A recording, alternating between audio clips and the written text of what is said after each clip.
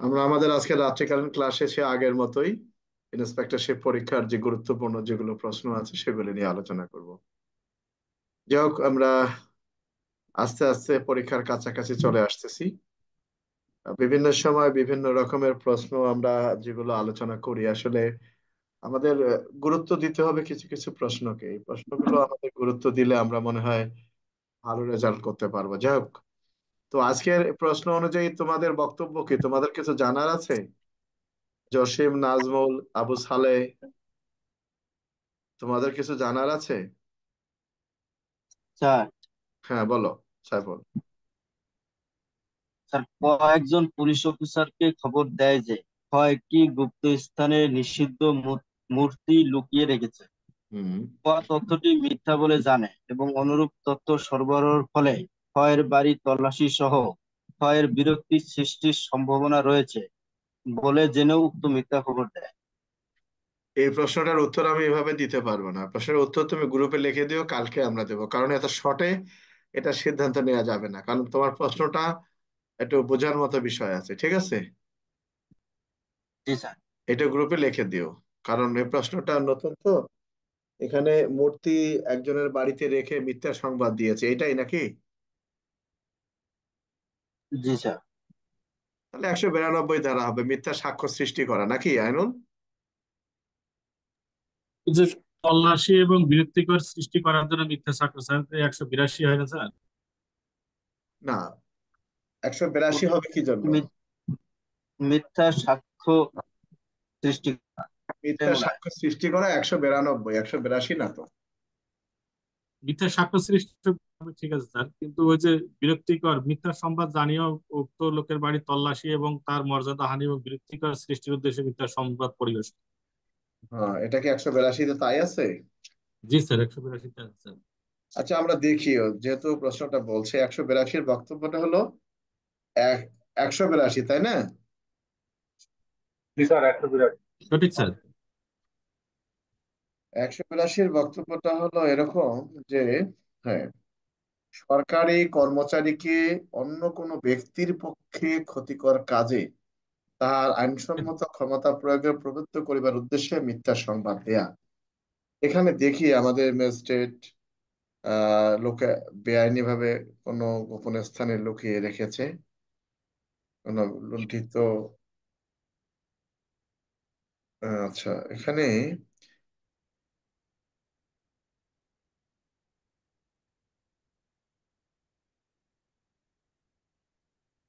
আসলে এখানে যে মূর্তির যে বিষয়টি বলা আছে, এখানে হয়রানি করার উদ্দেশ্য তো এখানে কথা হলো না। এখানে তো স্পষ্ট করে বলে দেওয়া আছে যে আহ ক জনৈক ম্যাজিস্ট্রেটকে জানায় যে উক্ত ম্যাজিস্ট্রেটের অধীনে পুলিশ অফিসার ওময়ের কর্তব্য অবহেলা অসচেতন দোষী। এটা তো হওয়ার কথা না, তোমরা যেটা বলছো, বুঝতে পারছো? তোমার এই প্রশ্নটা হবে না এখানে। 192 বক্তব্যটা আমি একটু বলি। মিথ্যা সাক্ষ্য সৃষ্টি করা।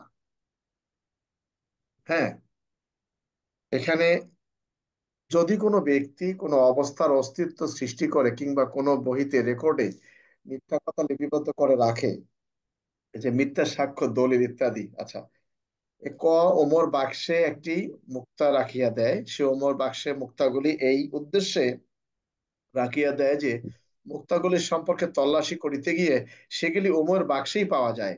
আসলে এটা 192 ধারা হবে আইনুল। স্যার, স্যার এই যে 182-র উদাহরণটা ফির এটার সাথে মিল আছে স্যার। না, 182 এখানে হচ্ছে না। আমি তোমাকে আবারও বলি। এই যে একশো উদাহরণটা স্যার। আচ্ছা, উদাহরণ আমি তোমাকে দেখাচ্ছি। 182, কাহারও পক্ষে ক্ষতিকর বা বিরক্তিকর ভাবে অনুরূপ সরকারি কর্মচারীর আইনসঙ্গত ক্ষমতা প্রয়োগ করতে প্রবৃত্ত করা, তাহলে সেই ব্যক্তি। এটা এখানে হবে না বাবা। এটার মূল উদ্দেশ্য হলো মিথ্যা সাক্ষ্য সৃষ্টি করে এই লোকটাকে হয়রানি করা। আমার কথা কি বুঝতে পারছো? মিথ্যা সাক্ষ্য সৃষ্টি করে এই লোকটাকে হয়রানি করা, আর কিছু না। আমার কথা বুঝতে পারছো? টাকা কে দিলে তোমরা?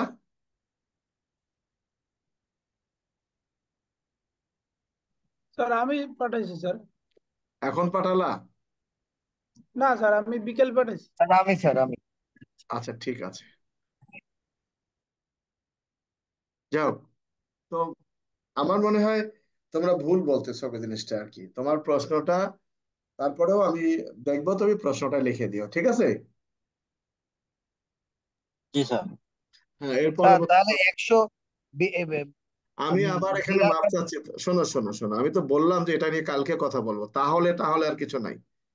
আমি জানি এটা 192 হবে, 182টা হবে না। এখন প্রশ্নটা ওর মুখের কথা, এই প্রশ্নটা ও লিখে পাঠালে কালকে আমরা সিদ্ধান্ত নেবো, ঠিক আছে? বলে তো। না ঠিক আছে স্যার, মানে 182 আর 192, এটা নিয়ে আমাদের একটু গরমিল পাকে স্যার। গরমিল গরমিলে থাক। একটা হলো মিথ্যা সাক্ষ্য সৃষ্টি করা, এখানে হলো মিথ্যা সাক্ষ্য সৃষ্টি করা। আর 82 ধারার বক্তব্যটা হলো একজন সরকারি কর্মচারীকে, একজন সরকারি কর্মচারীকে কারো প্রতি ক্ষতি সাধনের উদ্দেশ্যে লেলিয়ে দেওয়া, যেটাকে বাংলায় আমরা বলি। বিষয়টা কি বুঝতে পারছো? ওইটা আর এইটা এক না, তাহলে প্রভাবিত ঠিক করা। আছে। আর এখানে হলো নিজেই মিথ্যা সাক্ষী।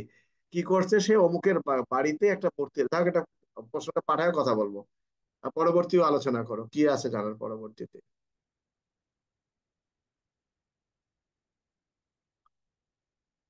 কে জসিম বা নাজমুল, কারো কিছু বলার আছে তোমাদের? না স্যার। আচ্ছা, কি মালিকুল, তোমার কিছু বলার আছে?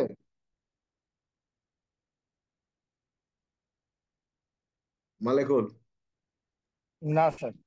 আচ্ছা, যাই হোক, আমরা আমাদের আলোচনায় চলে যাই। আলোচনা সে আগের মতোই আমরা যে আলোচনা করবো।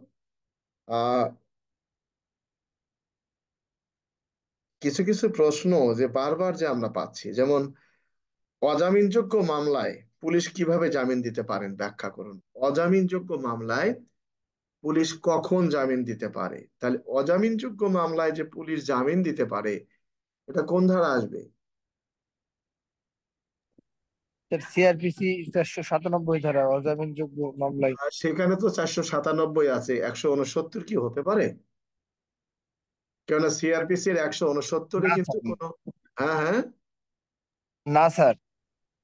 না, সিআরপিসির 169-এ তো এরকম কোনো বলে নাই যে সেখানে বলা আছে মামলাটি যদি গুরুতর প্রকৃতির না হয়।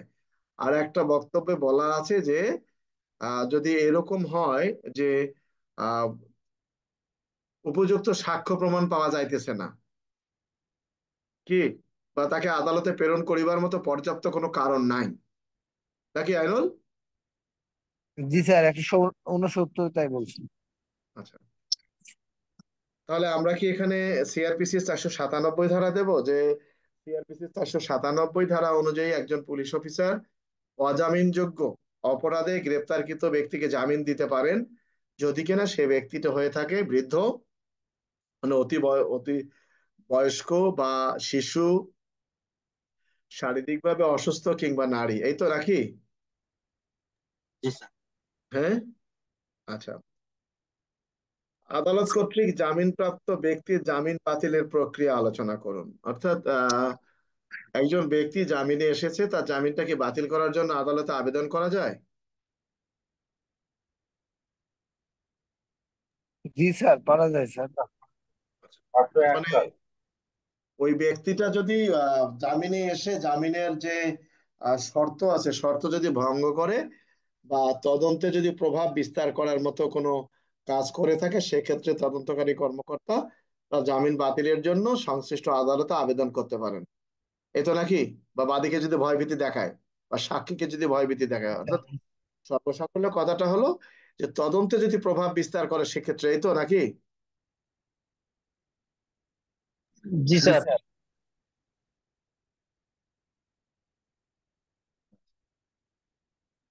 জনসমাবেশ এবং শোভাযাত্রা নিয়ন্ত্রণে পুলিশের দায়িত্ব এবং কর্তব্য কি?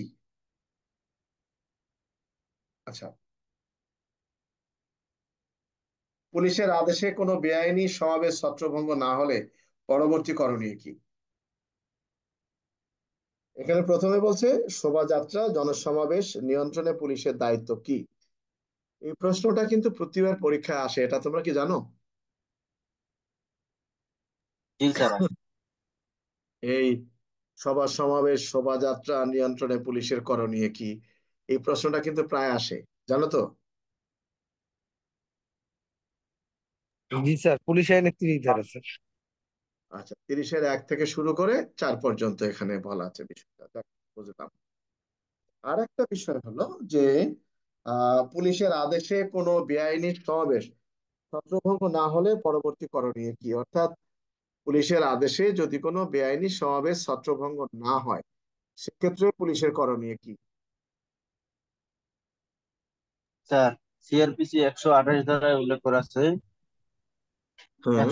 সিআরপিসি 127 ধারা মোতাবেক যে সকল ব্যক্তিকে হ্যাঁ। বেআইনি বা ছত্রভঙ্গ হওয়ার আদেশ দেওয়া হয়েছে তারা যদি ছত্রভঙ্গ না হয় তাহলে 128 ধারা মোতাবেক পুলিশ অফিসার শক্তি প্রয়োগ করতে পারে, প্রয়োজনে বিনা পরোয়ানায় গ্রেফতার করতে পারবে এবং বেসামরিক শক্তি আহ্বান করতে পারবে, বেসামরিক শক্তির সাহায্য আহ্বান করতে পারবে। কি আইনুল, ঠিক আছে প্রশ্নটা? ঠিক আছে স্যার। তার মানে বেআইনি সমাবেশ, এখানে যে কথাটি বলা আছে যে পুলিশের আদেশে কোনো বেআইনি সমাবেশ ছত্রভঙ্গ না হলে পরবর্তী করণীয় কি, তাহলে আমরা লিখবো সিআরপিসির 128 ধারায় উল্লেখ করা আছে, সিআরপিসির 127 ধারা অনুযায়ী যে বেআইনি সমাবেশটা ছত্রভঙ্গ হওয়ার আদেশ দেওয়া হয়েছে সেটা যদি ছত্রভঙ্গ না হয় তাহলে পুলিশের করণীয় হবে বেসামরিক পুরুষ ব্যক্তির সাহায্য নিয়ে এটি ছত্রভঙ্গ করা, আহ প্রয়োজনে বিনা পরোয়ানায় গ্রেপ্তার করা এবং শক্তি প্রয়োগ করা, এটাই তো নাকি? জি স্যার। জি স্যার। শোনো, একেবারে ফেলায় দেওয়ার কিছু নাই। একটা প্রশ্ন মাঝে মাঝে আমরা দেখি, সেটা হলো যে পুলিশ আইনের প্রশ্ন, যে কোন ধরনের অপরাধে একজন ব্যক্তিকে পুলিশ অফিসার বিনা পরোয়ানায় গ্রেফতার করতে পারেন। তো 34 ধারা তো আছে, তাই না? জি স্যার। আচ্ছা, একটা প্রশ্ন আছে, এই প্রশ্নটা তোমাদেরকে একটু দেখতে হবে, সেটি হলো যে পুলিশের নিকট প্রদত্ত স্বীকারোক্তি প্রাসঙ্গিক নহে, ইহা সর্বদা সত্য নয়।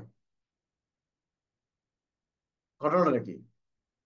পুলিশের নিকট দেয়া আসামির স্বীকারোক্তি সত্য নহে, ইহা সর্বদা সত্য নয়। তার মানেটা কি বোঝাচ্ছে এখানে আইনুল?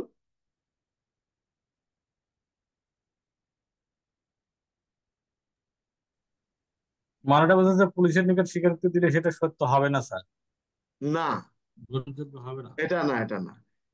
পুলিশের নিকট দেয়া আসামির প্রদত্ত স্বীকারোক্তি আদালতে গ্রহণযোগ্য নয়, ইহা সত্য নহে। তার মানে কি, এটা সত্য যে পুলিশের নিকট দেয়া স্বীকারোক্তি আদালতে গ্রহণযোগ্য। বক্তব্যটা হলো এরকমই, বুঝতে পারছো? স্যার, কারণটা হলো এখানে এই বক্তব্যটার 26 এবং 27 ধারার বক্তব্য দেয়া আছে, অর্থাৎ সাক্ষ্য আইনের 26 ধারায় বলা আছে পুলিশের নিকট প্রদত্ত স্বীকারোক্তি, অর্থাৎ পুলিশ হেফাজতে থাকাকালে কোনো আসামি যদি স্বীকারোক্তি প্রদান করেন ইহা সত্য নহে, ইহা সত্য নহে, ইহা সত্য না, মানে এটা ঠিক নয়, এটা যে গ্রহণযোগ্য না। তার মানে কি, পুলিশ হেফাজতে থাকাকালে কোনো আসামি যদি স্বীকারোক্তি প্রদান করেন এবং এই স্বীকারোক্তি কালে যদি কোনো ম্যাজিস্ট্রেট থাকেন তাহলে এটি আদালতে গ্রহণযোগ্য। তার মানে কি, এটাকে ফেলে দেওয়া যাবে না, এটা সত্য। পুলিশের হেফাজতে থাকাকালে কোনো ব্যক্তি যদি স্বীকারোক্তি দেয় এটা আদালতে গ্রহণযোগ্য। আমার কথা কি বুঝতে পারছো? জি স্যার। জি স্যার। কখন গ্রহণযোগ্য? যদি কিনা ম্যাজিস্ট্রেট উপস্থিত থাকে। এরপরে 27 ধারা যে বক্তব্যটা হলো যে পুলিশ হেফাজতে থাকা কোনো আসামি স্বীকারোক্তি প্রদান করলে সেই স্বীকারোক্তির ফলে যদি কোনো কিছু উদ্ধার হয় তাহলে উদ্ধারের অংশটুকু আদালতে গ্রহণযোগ্য, এই তো নাকি? জি স্যার। সঠিক স্যার। আচ্ছা,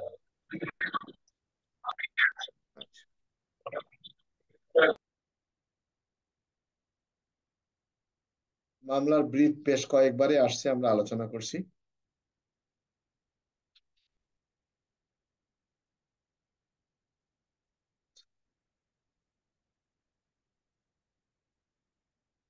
মামলা মৃত্যুকালীন জবানবন্দি, এটা আমরা অনেক প্রশ্ন বারবার আসছে।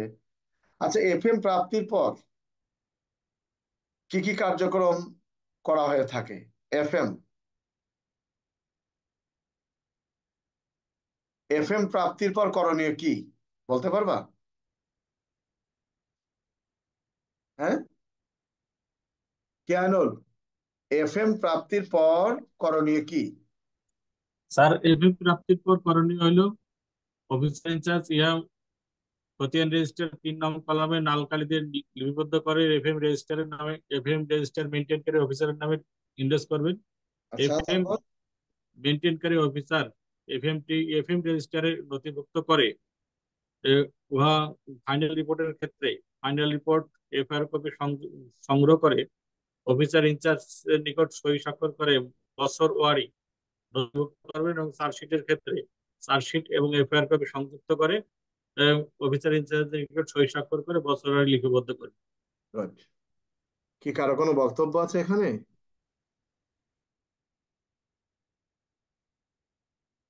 আচ্ছা, একটা প্রশ্ন আসছিল পরীক্ষা, জাল নোট প্রাপ্ত হলে পুলিশ অফিসারের করণীয় কি? জাল নোট পাওয়া গেলে পুলিশ অফিসারের করণীয় কি, এটা কি জানো আইনুল? তো এটা পিআরবি 253 বিধি স্যার। PRB 253 sir. কি বলা আছে এখানে?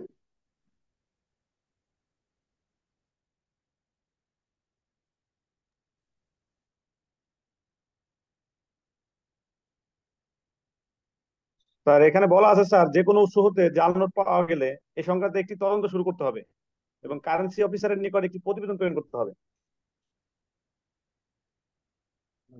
এটুকু হবে, এর বেশি কিছু নাই? না, লেখা আরো লাগবে আছে স্যার, স্যার, এটা আর ওই আরো আছে।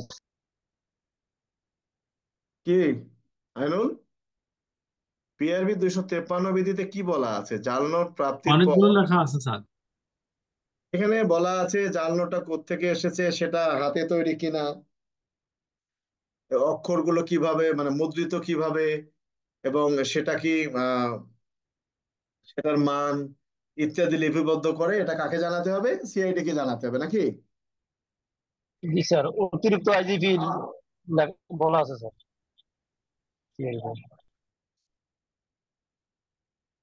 তাহলে তোমরা বুঝতে পারছো যে এটা, আচ্ছা, মামলার তদন্ত ব্যয় রেজিস্টার লিখন সম্পর্কে আলোচনা করেন, এটা কি,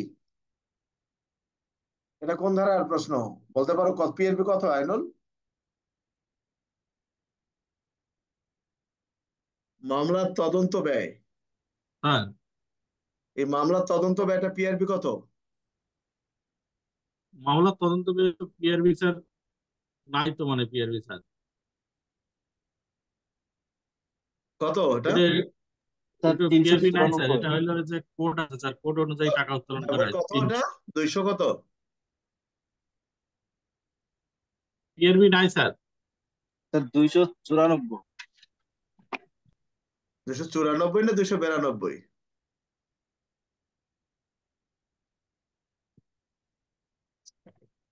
তোমরা গুপ্তচর নিয়োগের একটা পিআরবি দিত না, কত 200 কত?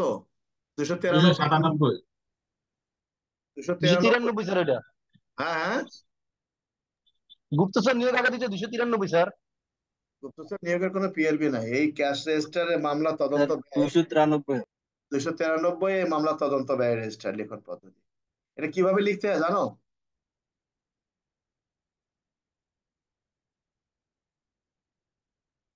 আইনুল, এই প্রশ্নের উত্তর তোমাকে নিতে গেলে তুমি থানার থেকে একটা ওটা তদন্ত রেজিস্টারের ওটা ফটোকপি। পারি স্যার, আমি স্যার বিল করছি আমি। হ্যাঁ, বলো দেখি।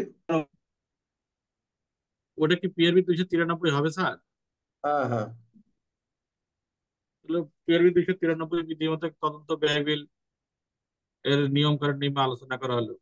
হুম প্রথমে স্যার অগ্রিম বিল দাখিল করতে হলে ওই বিলের ভাউচার সংগ্রহ করে হুম ভাউচারের সাথে ভাউচারের মামলা নাম্বার, তারিখ, ধারা উল্লেখ করে তদন্তকারী অফিসারের সই স্বাক্ষর করে অফিসার ইনচার্জ নিকট অগ্রগামী করে হিসাব রক্ষণ অফিসে জমা দিতে হবে। হিসাব রক্ষণ অফিসে ওটা এর অনুমোদন সাপেক্ষে চেক ইস্যু করবেন, সেই চেককে দিয়ে তদন্তকারী অফিসার নিজেই টাকা উত্তোলন করতে পারবে, অথবা অফিসার ইনচার্জ টাকা উত্তোলন করে সেই টাকা ওই তদন্ত ব্যয়বিল রেজিস্টারে সই স্বাক্ষর করে উত্তোলন করবেন। চূড়ান্ত বিলের ক্ষেত্রে স্যার ওই একই সিস্টেম স্যার। আচ্ছা, বুঝতে পারছি। কিন্তু এটার একটা কোড আছে স্যার, কোডটা মনে নাই আমার এই মুহূর্তে। হ্যাঁ, ওইটাই। তদন্তের উদ্দেশ্য কি? তদন্তের উদ্দেশ্য কি? এটা কি কোনো ধারা আছে? এটার তো কোনো ধারা নাই স্যার তদন্তের উদ্দেশ্য। তাহলে সাইফুল, সিআরপিসি তদন্তের উদ্দেশ্য কি হবে সাইফুল? তদন্তের উদ্দেশ্যে সাক্ষ্য প্রমাণ সংগ্রহ করা স্যার। সাক্ষ্য প্রমাণ সংগ্রহ করা, আর কি? সঠিক তথ্য উদ্ঘাটন করা হবে না? সাক্ষ্য জি প্রমাণ স্যার, সংগ্রহ করা, প্রকৃত মামলার ঘটনা সঠিক উদ্ঘাটন। তথ্য নির্ধারণ করা, গ্রেপ্তারযোগ্য আসামিকে গ্রেপ্তার করা, এবং যারা জড়িত নয় তাদেরকে মামলা দায়ের অব্যাহতি দেওয়া। আচ্ছা, এখন যে প্রশ্নটা এখানে আসছে, আচ্ছা, কেস ডায়েরিতে কোন কোন বিষয় সন্নিবেশ করা হয়, এটা কেস ডায়েরির বিষয় আমরা মোটামুটি সবাই আলোচনা করতে পারি।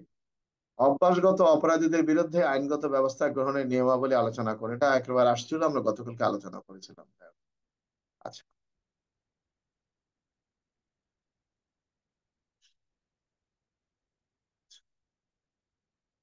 জেনারেল ডায়েরি ও কেস ডায়েরির আইনগত ভিত্তি কি?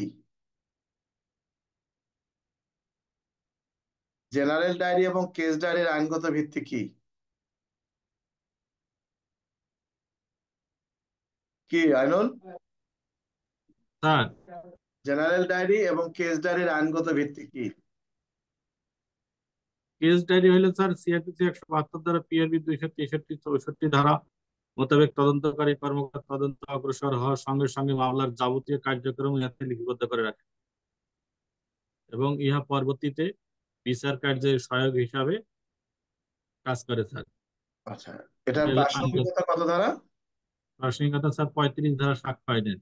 আচ্ছা, আর জেনারেল আর ডায়েরি? জেনারেল ডায়েরি হলে স্যার সিআরপিসি 154, 155 ধারা, পুলিশ আইনের 44 ধারা, পিআরবি 377 বিধি মোতাবেক ইহাতে থানা এলাকার আমলযোগ্য এবং আমলের অযোগ্য অপরাধ, হুম, গরু, মানুষ হারান, নিখোঁজ, মূল্যবান দ্রব্য হারানোর সংবাদ লিপিবদ্ধ করা হয় হুম। এবং ফোর্স বাইরে যাওয়া আসা ইত্যাদি বিষয় লিপিবদ্ধ করা হয়।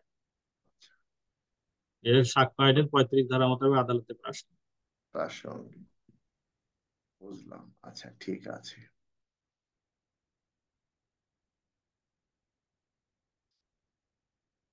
জনসমাবেশ ছত্রভঙ্গ করার আদেশ কে এবং কখন দিতে পারেন? জনসমাবেশ ছত্রভঙ্গ করার আদেশ কে এবং কখন দিতে পারেন? কোন ধারার প্রশ্ন এটা? সিআরপিসি 127 ধারা। 127 কিভাবে থানার লিখবো? Officer in charge.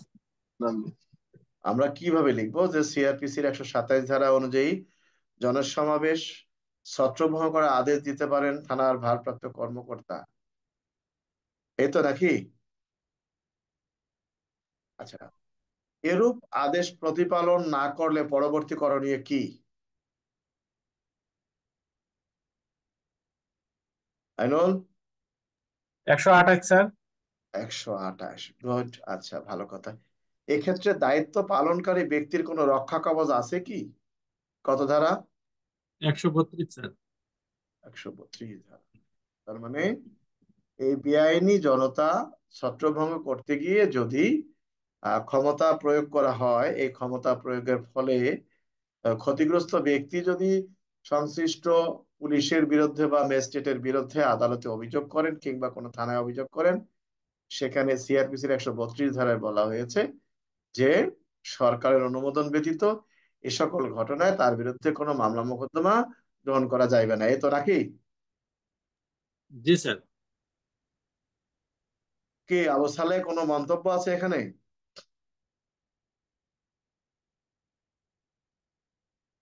আবু সালেহ? বর্তমানে যতগুলো মামলা হইতেছে স্যার, সিনিয়র অফিসারের বিরুদ্ধে অনুমতি নিল না দেওয়া, আজকে দেখলাম তো অনেকগুলা মামলা হয়েছে ঢাকাতে।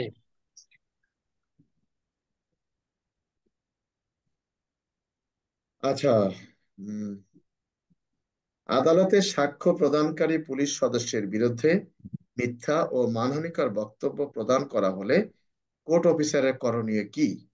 অভিযুক্ত অপরাধের পূর্বের দণ্ড থাকলে তা কিভাবে প্রমাণ করিতে হইবে?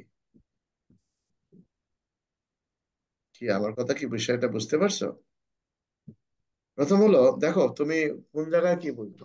একটা সাক্ষ্য আইনের প্রশ্ন আর একটা চলে গেল সিআরপিসি তে। একই সাথে কিন্তু দুইটা প্রশ্ন আসছে।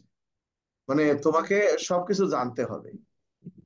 কোনো একজন পুলিশ সদস্য আদালতে সাক্ষী দিচ্ছে, তো তার সাক্ষ্য প্রদানকালে, সাক্ষী হিসেবে সাক্ষ্য প্রদানকালে তাকে মানহানিকর বা মিথ্যা এরকম যদি কোনো উত্তেজনাকর কোনো প্রশ্ন করা হয়, সেক্ষেত্রে কোর্ট অফিসারের করণীয় কি? এটা সাক্ষ্য আইনে কত ধারা? 150 টা। হ্যাঁ, সাক্ষ্য আইন 150। 150 ধারা। 150-এ কি বলা আছে? 152 স্যার। কি 152 হবে এখানে? 152 স্যার, মানহানি। সঙ্গ প্রশ্ন করা যাবে না। আরে না রে বাবা, মানহানির জন্য না, এখানে বলা আছে যে অপ্রাসঙ্গিক যদি কোনো প্রশ্ন করা হয়, সেক্ষেত্রে এই ধরনের আহ বক্তব্যের কারণে এখানে আর রাষ্ট্রপক্ষের আইনজীবী কি ব্যবস্থা নিতে পারেন, সেখানে কি ব্যবস্থা নিতে পারেন? এখানে যে কথাটা বলা আছে যে ওই আইনজীবীর বিরুদ্ধে সে যে হাইকোর্টের নিয়ন্ত্রণাধীন, তার সেখানে তার বিরুদ্ধে রিপোর্ট করা যাবে 150। এটা কি বুঝতে পারছো? জি স্যার, আইনসঙ্গত 150। কারণ ব্যতীত কোনো প্রশ্ন করা হলে তাহলে 150 স্যার। হ্যাঁ, কিন্তু এখানে কিন্তু মানহানি মানহানি উত্ত্যক্ত করার উদ্দেশ্যে তাহলে 152 হবে স্যার। শোনো, এখানে বিষয়টাই বলি, মানহানি ঢং করার জন্য যদি করা হয়ে থাকে, এখানে এখানে কি বলা আছে, প্রশ্নটাতে বলা আছে যে মিথ্যা এবং মানহানি করে, 152 ধারার উত্তর এটা। আমার কথা কি বুঝতে পারছো? জি স্যার। যদি আদালতে বিচার কাজ চলাকালীন সময় একজন পুলিশ সাক্ষীকে আসামি পক্ষের আইনজীবী বলে, "এই আপনি তো ডেলি মদ খান, আপনি তো বেশ্যালয়ে যাতায়াত করেন।" তো এই যে প্রশ্নগুলো, এই ধরনের ঘটনার ক্ষেত্রে 152-তে বলা আছে, কোনো প্রশ্ন যদি কাহাকে অপমান, অপদস্থ, উত্ত্যক্ত করার জন্য সৃষ্ট হয়ে থাকে, প্রশ্নটি সঙ্গত হলে বা হয়তো আক্রমণাত্মক ঢং করা হয়েছে বলে আদালতের প্রতীয়মান হয়, তবে আদালত তা অবশ্যই নিষেধ করতে পারবে। বিষয়টাকে বুঝতে পারছো কি? জি স্যার। কিন্তু প্রশ্ন বলছে পুলিশের করণীয় কি।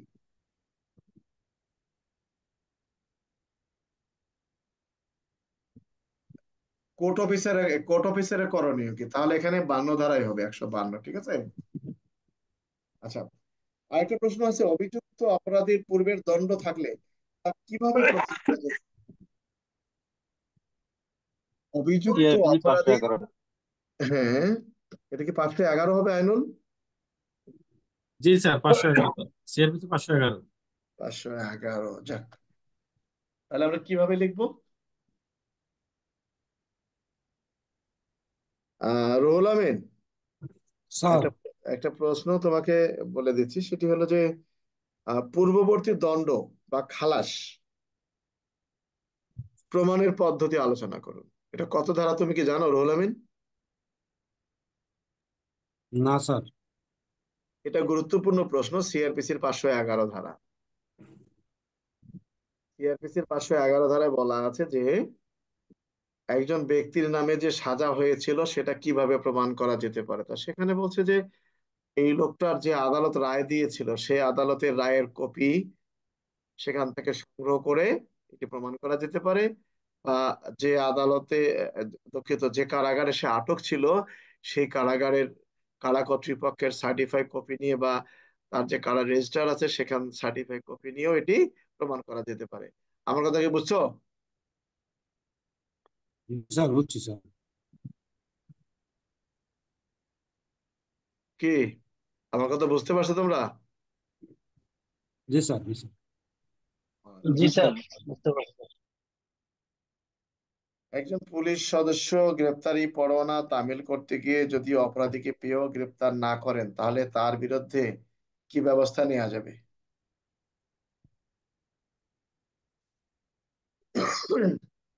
একজন পুলিশ সদস্য পেনাল কোড 222 ধারা অপরাধ। কত কত? পেনাল কোড 222 ধারা অপরাধ। কি আইনের কত ধারায়? আর এখানে একটু ঝামেলা, পেনাল কোডে 222 হেডলাইনে লেখা আছে স্যার দণ্ডপ্রাপ্ত আসামি, আবার ভিতরে লেখা আছে দণ্ডপ্রাপ্ত এবং না না, ওয়ারেন্টভুক্ত আসামি। 222-এর বক্তব্য হলো দণ্ডপ্রাপ্ত বা বা দেওয়া আছে। জি স্যার। দণ্ডপ্রাপ্ত বা আইন অনুসারে সোপর্দ করিতে বা গ্রেপ্তার করিতে বাধ্য হওয়া সত্ত্বেও। আমার কথা কি বুঝতে পারছো? জি স্যার। তাহলে 221টা কোন ক্ষেত্রে হবে স্যার? গ্রেপ্তার করিতেও, তোমার মামলার আসামি গ্রেপ্তার করিতে বাধ্য হওয়া সত্ত্বেও তুমি যদি গ্রেপ্তার না করো বা ছেড়ে দাও, মামলার আসামি যেটা আর কি। আমার কথা বুঝতে পারছো? জি স্যার। এখানে বলা আছে যদি কোনো ব্যক্তি সরকারি কর্মচারী হিসেবে, এ বাবা,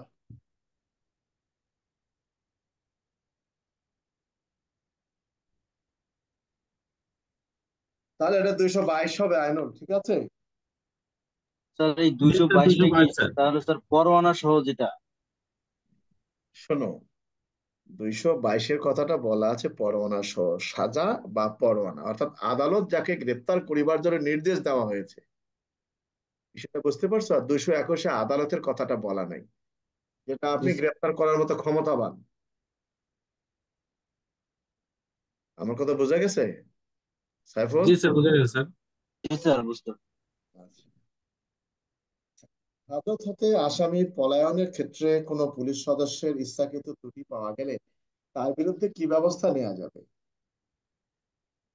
হাজতখানা থেকে যদি কোনো আসামি পলায়ন করেন, এখানে যদি কোনো পুলিশ সদস্যের ইচ্ছাকৃত কোনো ত্রুটি পরিলক্ষিত হয়, সেক্ষেত্রে সংশ্লিষ্ট পুলিশ অফিসারের বিরুদ্ধে কি ব্যবস্থা নেওয়া যাবে আইনুল? 223 ধারা স্যার, পেনাল কোডের 223 ধারা। কি নাজমুল, কোন ধারা অনুযায়ী 223টা ব্যবস্থা? হ্যাঁ হ্যাঁ, 223টা এটা কিভাবে আমরা লিখবো উত্তরটা?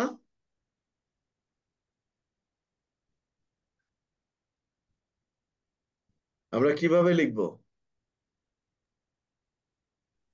তো পেনাল কোড 223 ধারা উল্লেখ করা আছে, হ্যাঁ, কোনো সরকারি কর্মচারী হেফাজত হইতে কোনো আসামি পালন করিবার দণ্ড, মানে আসামি পালন করিলে কথাটা তার এরকম দণ্ড। না, পেনাল কোডের 223 ধারায় উল্লেখ করা আছে কোনো সরকারি কর্মচারীর অবহেলার কারণে যদি কোনো আসামি পলায়ন করে, সেক্ষেত্রে সে আসামি এই ধারা অনুযায়ী শাস্তিযোগ্য অপরাধ করবেন। বিষয়টা কি বুঝতে পারছো? আচ্ছা, স্বীকারোক্তিমূলক জবানবন্দি কি, এটা কত ধারা? স্বীকারোক্তিমূলক জবানবন্দি কত ধারা এটা?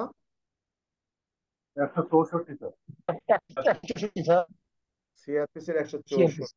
তাহলে আমরা কি লিখবো, যে সিআরপিসির 164 ধারা অনুযায়ী স্বীকারোক্তিমূলক জবানবন্দি হলো কি, একজন অভিযুক্ত ব্যক্তি আদালতে দাঁড়িয়ে শপথনামা পাঠপূর্বক নিজেকে জড়িয়ে ঘটনা সম্পর্কে যে বর্ণনা দিয়ে থাকেন, সেটি হলো স্বীকারোক্তিমূলক জবানবন্দি, ঠিক আছে? ঠিক আছে। স্বীকারোক্তিমূলক জবানবন্দি কে লিপিবদ্ধ করতে পারে আইনুল? স্যার প্রথম শ্রেণী ম্যাজিস্ট্রেট, মেট্রোপলিটন ম্যাজিস্ট্রেট এবং দ্বিতীয় শ্রেণী ম্যাজিস্ট্রেট, সিআরপিসি 164 এক। পুলিশ অফিসার কর্তৃক সাক্ষী তলব এবং সাক্ষ্য গ্রহণের পদ্ধতি ভালো করে।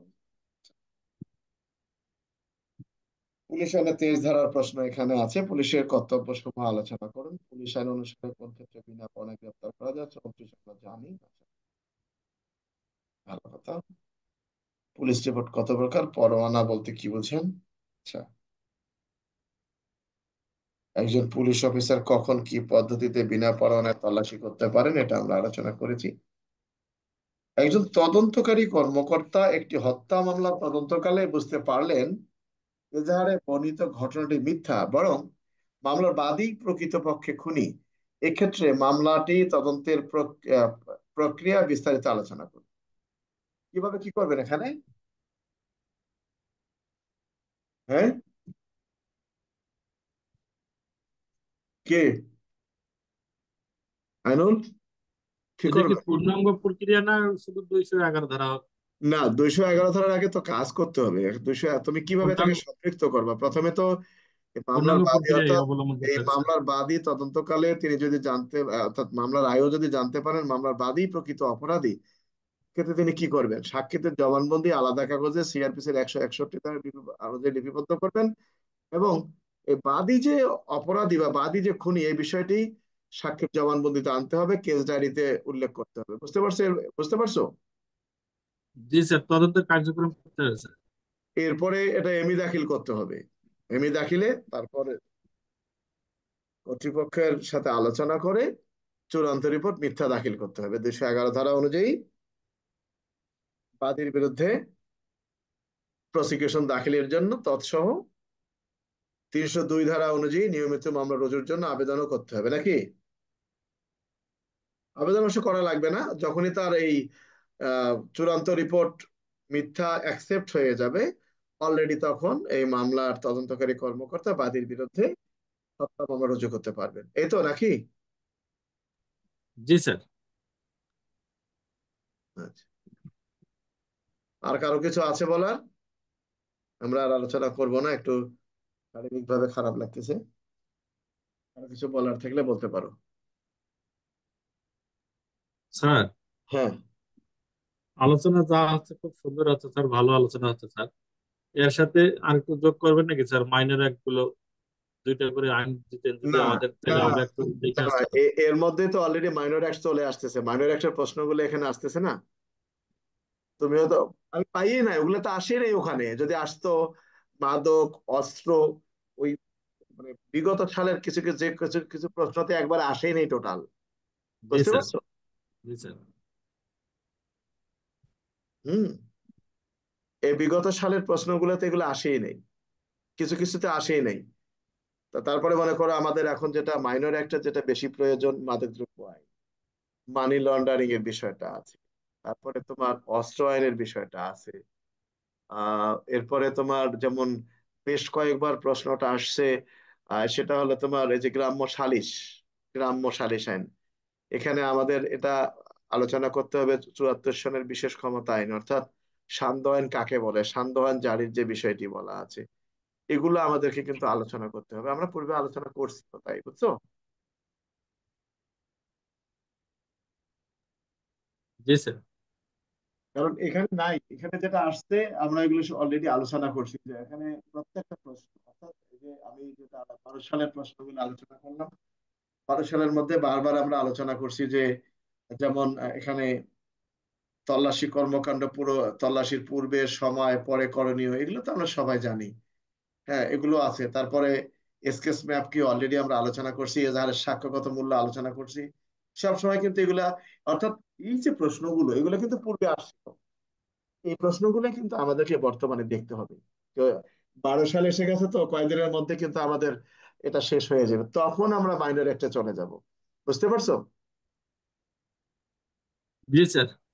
ঠিক আছে। তোমাদেরকে যে কথাটা বলছিলাম, তোমরা প্রত্যেকেই একটা করে অন্তত প্রশ্ন নিয়ে আসবা যে স্যার এটার মানেটা কি, যেন আমরা আলোচনা করি আর একজনের জন্য উপকার হয়।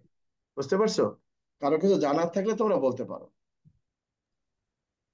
স্যার আর 1861 সালে পুলিশের মোতাবেক অপরাধ দমনে আপনার করণীয় কি, স্যার? মানে কোন কোন ধারাগুলো দেবো স্যার? পুলিশ আইনের অপরাধ দমনের যে বিষয়টা, সেখানে শুধুমাত্র পুলিশ আইনের 23 ধারায় বলা আছে, আর কোনো জায়গায় বলা নেই। ঠিক আছে স্যার। হ্যাঁ, এটাই আছে, বলা আছে। স্যার, পুলিশ আইন অনুযায়ী নিবারণমূলক ব্যবস্থা কোনগুলো স্যার?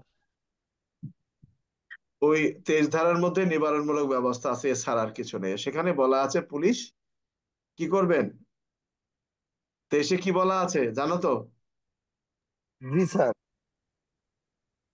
অপরাধ নিবারণের ব্যবস্থা করবেন, আবার জি কোনো স্যার, অপরাধ সংগঠিত হলে এর, প্রতিরোধ করবেন। হ্যাঁ, কিন্তু যদি পুলিশ নিবারণমূলক ব্যবস্থা আসে, পুলিশের নিবারণমূলক ব্যবস্থা, তাহলে সিআরপিসি তে যাবে 149 থেকে 153। কারণ স্যার পুলিশ আইনে নিবারণমূলক বা নিবর্তনমূলক ব্যবস্থা যে আছে 13 ধারা, 17 ধারা, 23 ধারা, দেখো, 29 ধারা, এই যে 30 যারা ধারা। যেটা দিছে এটা সম্পূর্ণ জি ভুল। স্যার। আমি তোমাদেরকে একটা জিনিস বলি, এইগুলো আলোচনা করার দরকার আছে। পুলিশ আইনের 13 ধারা, তাই না? আমরা আসি, দেখো, পুলিশ আইনের 13 ধারাটা হলো অতিরিক্ত পুলিশ মোতায়েন। এটা কোনো নিবারণমূলক ব্যবস্থা না। এই 13 ধারায় কোনো নিবারণমূলক ব্যবস্থা না। কোন স্থানে শান্তি শৃঙ্খলা রক্ষার নিমিত্তে ম্যাজিস্ট্রেটের নির্দেশ মতে অতিরিক্ত পুলিশ নিয়োগ করবেন। এটা 13 ধারা আসে কিভাবে? বোঝা গেছে মালেকুল? জি স্যার। 17 ধারা বিশেষ পুলিশ, এইগুলো এখানে নিবারণমূলক ব্যবস্থা আসে কিভাবে? শুধুমাত্র পুলিশ আইনের 23-এ বলা আছে যে পুলিশের দায়িত্ব এবং কর্তব্য। সেখানে কি বলা আছে? কোনো অপরাধ সংগঠিত হইতে দেখিলে বা হওয়ার আশঙ্কা থাকিলে, এই যে 4 বলা আছে যে কোনো অপরাধ সংগঠিত হইবার আশঙ্কা থাকিলে তা প্রতিরোধ করা বা নিবারণ করা, সর্বসাধারণ বিরক্তিকর কাজ অথবা পাবলিক nuisance নিবারণ করা। এখানে এই দুটাই হলো পুলিশের নিবারণমূলক ব্যবস্থা। তুমি কোন ধারা আমাকে দিবা? 31 ধারা দিবা? 31 ধারা কি বলা আছে? পুলিশের দায়িত্ব এবং কর্তব্য, শোভাযাত্রা কোন দিকে যাবে, বাধাগ্রস্ত যাতে না হয় এই জন্য হাট বাজার ইত্যাদি নিশ্চিত বিধান করবেন। আমাকে দেখাও তো। এই পূর্ববর্তী ব্যবস্থা জানতে গেলে প্রথমে আগে বুঝতে হবে পূর্ববর্তী ব্যবস্থা কোনটা, অর্থাৎ যে ব্যবস্থা গ্রহণ করলে অপরাধ সংগঠিত হবে না। এটাই তো পূর্ববর্তী ব্যবস্থা, নাকি? জি স্যার। তাই এখানে এই 31 ধারা কিভাবে পড়ে? তোমাদের এখানে বলা আছে যে পুলিশ আইন অনুযায়ী পুলিশের নিবারণমূলক ব্যবস্থাগুলো আলোচনা করুন। তার মানে এই নয় তুমি 10টা ধারা দিবা। কোনটা নিবারণ তুমি করবে আমাকে বলো, আছে নাকি কোনো জায়গায়? আইনুল? না স্যার, ওরকম নাই স্যার। 23-এর মধ্যে ওই আছে স্যার। 23-এর বাইরে কোথাও নাই। যেমন 23-এ বলা আছে যে উপরোক্ত কর্তব্য সমূহ পালনকালে উচ্ছৃঙ্খল চরিত্রের লোকজন যেখানে আনাগোনা আছে ইত্যাদি আছে সেখানে পরিদর্শন করতে পারবেন, বিনা পরোয়ানায় প্রবেশ করে তল্লাশি করতে পারবেন, এখানে বলা আছে। তো এর বাইরে তো আমি কিছু দেখি না, না কিছু আছে নিবারণমূলক ব্যবস্থা? কি মালেকুল, স্যার। আছে কিছু? আছে নাকি কিছু? না আচ্ছা, বুঝতে পারছি। যাই হোক, আর কারো কিছু বলার আছে?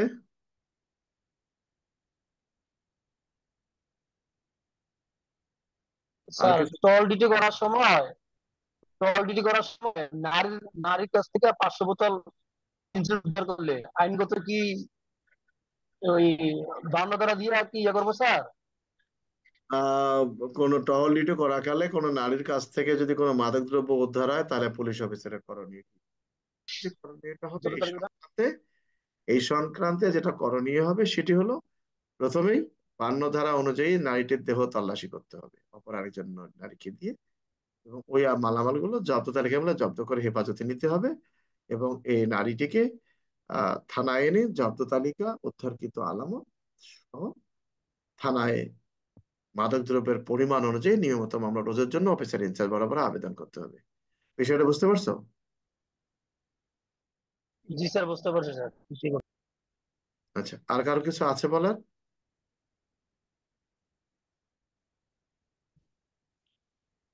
নাই। তো আমরা শেষ করি। সকালে এমসিকিউ আছে যেহেতু তোমরা চলে আসো, ঠিক আছে? আমি আবারও বলছি, প্রশ্ন বুঝে শুনে তারপর উত্তর দিতে হবে, না বুঝে শুনে কোনো উত্তরই দেওয়া যাবে না, ঠিক আছে? সবাই ভালো থাকো। আর বেতন হয়েছে নাকি তোমাদের? আমার বেতন কিন্তু এখনো কোনো মেসেজ আসে নাই। বেতন হয়েছে স্যার, হয়েছে। আমাদের বেতনের কোনো মেসেজে আসলো না তো। আপনার মনে হয় স্যার লাইভ ভেরিফিকেশন দিতে হবে। তার তো টেম্পোরারি। মেসেজ চাই নাই, মেসেজ চাই নাই তো। ওরা তো মেসেজ আসবে, ভেরিফিকেশন মেসেজ আসে কিন্তু, বুঝছো?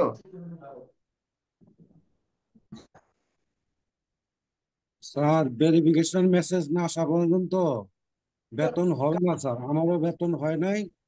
পরে আজকে যোগাযোগ করছি, পরে আজকে ভেরিফিকেশন মেসেজ দিচ্ছে আমার, পরে এটা দিচ্ছি, এখন তো কালকে হইতে পারে। আচ্ছা দেখি, ঠিক আছে ভাই, ঠিক আছে, ভালো থাকো। আচ্ছা, আল্লাহ হাফেজ। আসসালামু আলাইকুম স্যার।